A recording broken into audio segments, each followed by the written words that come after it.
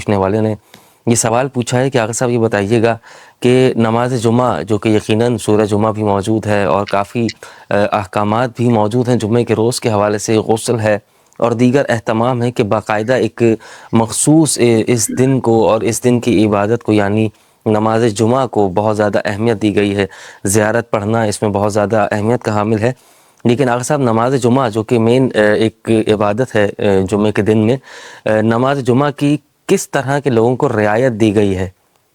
یعنی وہ یہ جاننا چاہتے ہیں کہ کاروباری یا بیمار یا دیگر کون کون سے ایسے افراد ہیں کہ جو جا سکتے ہیں لیکن ان کی کوئی نہ کوئی مجبوری بنتی ہے تو ان کو شریعت رعایت یہ دیتی ہے کہ وہ اپنے گھر پر ہی نماز جمعہ ادا کر لیں۔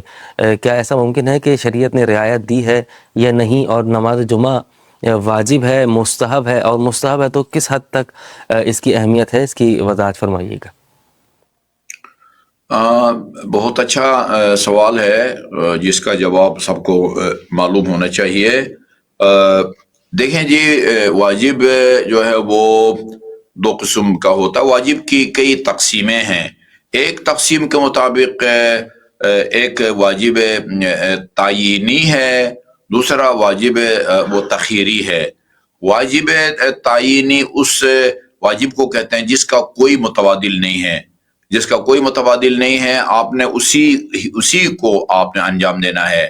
اس کے مقابلے میں ایک واجب تخییری ہے، اس کا مطلب یہ ہوتا ہے کہ آپ کو دو اعمال میں آپ کو اختیار دیا گیا ہے، چاہے اس کو بجا لائیں یہ واجب نہیں رہے گا، چاہے اس کو بجا لائیں یہ واجب نہیں رہے گا۔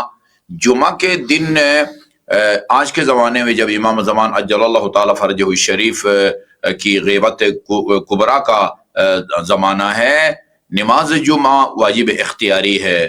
واجب اختیاری کا مطلب، واجب اختیاری بہت سارے احکام میں ہیں۔ مثال کے طور پر اگر ایک آدمی رمضان المبارک میں جان بوجھ کے ایک روزہ اگر نہیں رکھتا، ایک تو یہ ایک روزہ بعد میں قضا بجا لائے گا، اور اس کے علاوہ اس کو اختیار دیا جاتا ہے کہ کفارہ ادا کرے تین چیزوں میں سے ایک، یا غلام آزاد کرے جو کہ آج کل میسر نہیں ہے، یا 2 مہینے مسلسل روزے رکھے، 31 روزے رکھے، اس کے بعد بے شک فاصلہ ہو، یا جو ہے نا وہ فی روزہ 60 غریبوں کو کھانا کھلائے۔